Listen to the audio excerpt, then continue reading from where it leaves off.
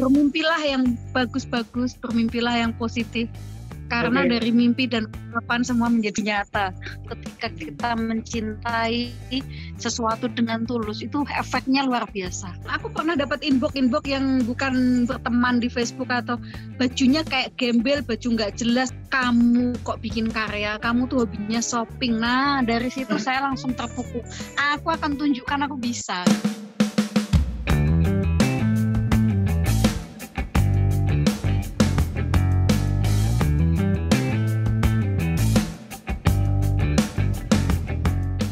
Customer kita yang beli produk kita sudah dari mana aja? Kalau untuk ke Indonesia hampir seluruh Indonesia ya, dari Sumatera sampai Papua saya punya customer semua, NTT semua, Kalimantan ada. Kalau di luar negeri kita punya distributornya itu di Belanda, di Rotterdam, dan di Amerika, di Florida. Jadi mereka menjualkan dan yang menerima event-event membawa Urip Indonesia mereka. Ketika saya waktunya longgar atau di sini bisa, saya ketika ada event kita ke sana. Jadi kalau saya nggak bisa, mereka yang menjalankan fashion show, promosi, mereka distributornya. Luar biasa. Nah, di awalnya, pas awal banget itu kepikir nggak bakal seperti sekarang ini, Mbak? Pas awal mulai dulu. Tidak sama sekali. Cuman tidak sama sekali. Tetapi memang cita-cita saya dari dulu adalah keliling dunia. Udah itu aja. Saya tidak punya cita-cita jadi dokter, insinyur atau apa yang memeluk. Cita-cita saya adalah traveling keliling dunia, melihat hal-hal indah, sederhana sekali. Dan itu terwujud dari karya-karya yang selama ini saya menuju 12 tahun ini. Jadi hati-hati dengan mimpimu, hati-hati dengan mimpimu. Bermimpilah yang bagus-bagus, bermimpilah yang positif. Karena dari mimpi dan harapan semua menjadi nyata.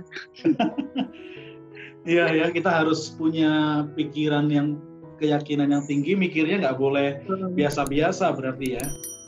Iya. Iya. Dari proses perjalanan ini, dari awal apakah langsung berhasil atau ketemu ya kendala-kendala gimana pas awal-awal? Tidak dong, pasti sangat banyak yang kita lewati. Jadi saya tadi udah bilang kita kan nggak punya modal ya kan. Oke. Jadi orang tua juga tidak kaya, tidak memberikan uang. Terus jadi saya hanya berdasarkan cinta. Jadi di sini garis bawahi cinta, mencintai sesuatu. Ketika kita mencintai sesuatu dengan tulus, itu efeknya luar biasa. Jadi sebenarnya cinta itu luar biasa, cinta kasih dari Tuhan kepada kita, dan kita juga mencintai sesuatu. Saya dulu bingung bagaimana memulai. Saya hanya mengumpulkan kain, mungkin kalau dijumlah itu kainnya seharga 3 juta koleksi saya tuh. Hanya beberapa. Terus saya coba, kalau kan nggak punya penjahit. Kalau dijahit ke penjahit juga ongkos jahitnya nggak nyucuk, sedangkan pasarnya kan saya belum bisa menjual dengan harga bagus karena belum punya nama, karena belum jahitannya rapi dan belum desainnya yang bagus dan sebagainya. Nah dari situ saya memberanikan diri, saya menjadi diri saya sendiri.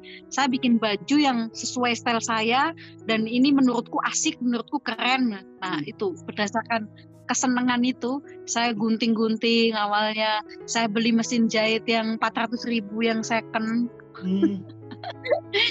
Saya jahit salah, gagal, nggak jadi. Jadi ya saya tuh memulainya sendiri, menjahit sendiri dulu ya. Iya. Terus akhirnya dari kesalahan itu akhirnya nemu bener kan. Oh yang bener begini. Ya dulu simpel-simpel yang cuman kanan kiri diganti apanya. Dan saya dengan PD-nya juga foto-foto aja, upload aja. Waktu itu Facebook lagi, ibaratnya lagi awal-awalnya ya, lagi Facebook lagi rame-ramenya ada Facebook, upload aja. Nah dari situ semua tapi kagum, kok lucu-lucu sih bajunya gitu. Karena ya saya lakukan dengan cinta tadi, jadi lucu-lucu, asik-asik. Terus ternyata banyak ini ya, banyak yang seneng meskipun belum banyak penjualan, tapi kok banyak yang pada kok lucu. Dan dari situ ada teman di Facebook dari Amerika, kamu tuh keren ya menggabungkan kain Nusantara, misalkan ini kain Sumatera sama kain Irian. sama kain Kalimantan. Nusantara banget, berarti kalau aku undang di festival budaya tuh cocok banget. Mau aku asal gitu aja.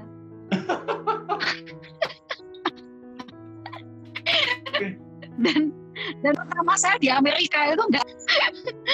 Nah dari Amerika akhirnya kan diundang VOA, Voice of America. Iya. Diwawancarai lewat radio, terus divideokan juga waktu itu. Nah dari situ jadi langsung nge-boom gitu. Pokoknya tiba-tiba aja itu. Akhirnya kan teman-teman Facebook awalnya, wah kok sampai Amerika. Jadi orang persepsinya udah wow duluan gitu. Dari persepsi wow duluan itu akhirnya wah beli gitu. Tapi dari awal sampai yang ke situ berapa lama prosesnya waktu itu? 4 tahun.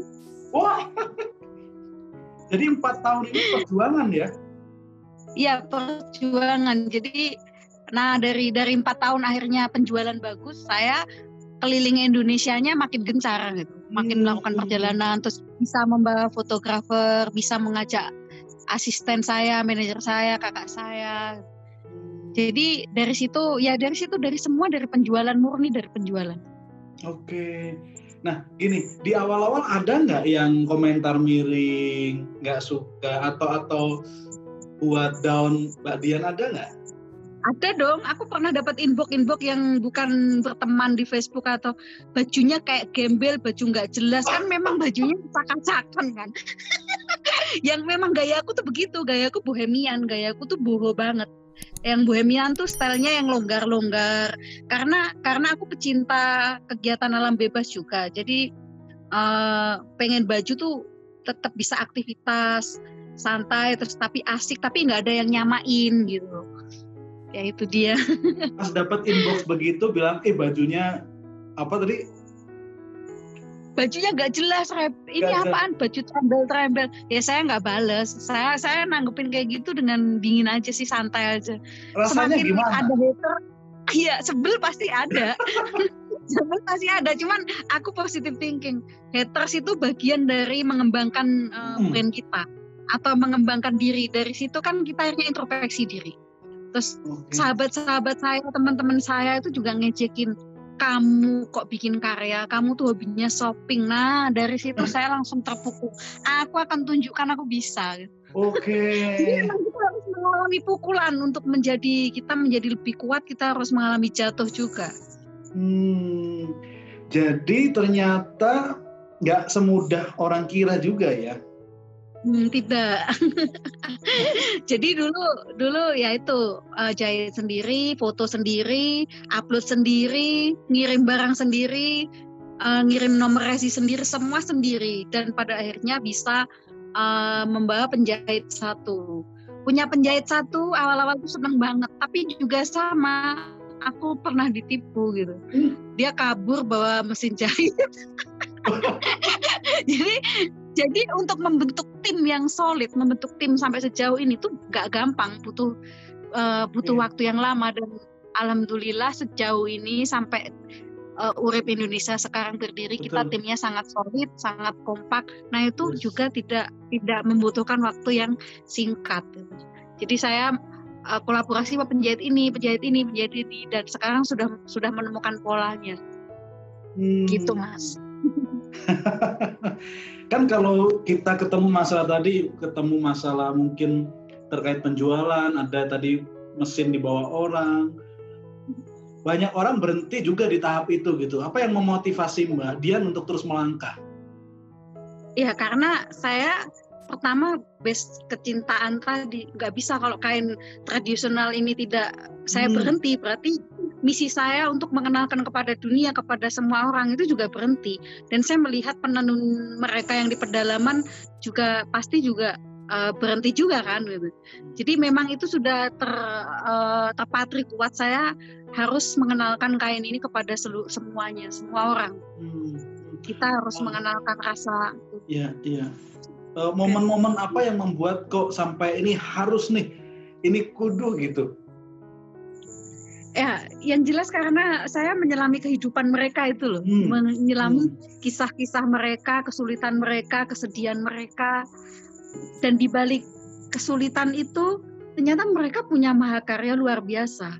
Mereka sebenarnya aset bangsa yang kalau mereka tidak kita selamatkan, kita tidak meneruskan cita-citanya, tenunannya, jati diri bangsa kita akan hilang. Kain Indonesia akan hilang, dan itu sayang sekali. Karena tidak ada di negara lain yang punya. Yes, ya. Berarti memang ada perasaan ini seolah-olah jadi tulang punggung ini. Ya begitu, jadi sekarang penenun-penenun tolong kami, beli tenun kami, Ibu. Okay. Apalagi di masa-masa pandemi kemarin, awal-awal lockdown gitu. Ya. Hari gini tidak ada yang membeli kain, hari gini tidak ada yang membeli sarung. Tapi kalau membeli baju masih mending kan, orang masih pengen menghibur hatinya mungkin dengan beli baju. Tapi untuk hanya sebuah kain kan memang bukan menjadi prioritas. Dan mereka kesulitan untuk membeli benang untuk ditenun karena tidak ada yang membeli tenun. Akhirnya kan tolong kami. Oke. Nah, saat menghadapi gitu gimana Mbak Dian responnya gitu? Ya, saya harus punya strategi. Karena memang jujur aja penjualan pasti turun. Betul. Pasti. Yes. Di mana-mana semua usaha mengalami drop. Akhirnya saya punya solusi atau harga baju bisa saya melakukan ini kayak ide-ide buy one get one seperti itu. Jadi gimana caranya saya untung sedikit atau bahkan mungkin BEP aja nggak apa-apa. Yang penting saya bisa beli tenunan mereka. Dan karena kita juga tetap punya niat tulus tadi membantu, ya dilancarkan rezekinya, dilancarkan penjualannya, dan kita tetap bisa membantu membeli tenunan mereka. Dan di saat pandemi biasanya usaha konveksi atau apa kan banyak yang dirumahkan, tetapi alhamdulillah di kami masih tetap bisa jalan. Kita masih bisa membantu. Dari perca-perca kami bikin masker gratis kemarin. Mungkin ada 5.000 masker gratis kita bagikan ke pedalaman karena mereka kan membutuhkan kan, mereka harus kita edukasi bahwa kita harus pakai masker. Nah dari sini tim kita sangat bersyukur karena tidak dirumahkan, tetap bisa produksi, bahkan masih bisa merasakan THR juga kemarin Lebaran. Jadi ini sebuah berkat, sebuah doa juga. Betul. Doa dari mereka juga. Berbagi dalam bentuk apapun ya, entah materi, entah ilmu, atau mungkin bantuan yang sebisa kita, itu tidak mengurangi dari rezeki kita. Padahal penjualan drop, saya harus men-sell semua, tapi kita bikin masker gratis, ya karena rasa kemanusiaan mengalahkan segalanya kalau bagi saya gitu. Jadi ketika bisnis yang saya bangun itu sejatuh-jatuhnya dan saya ikhlas, saya hadapi semua, saya yakin Tuhan punya rencana lain. Disitulah tiba-tiba penjualan karya saya itu melonjak tajam luar biasa yang tidak ada dalam pikiran saya.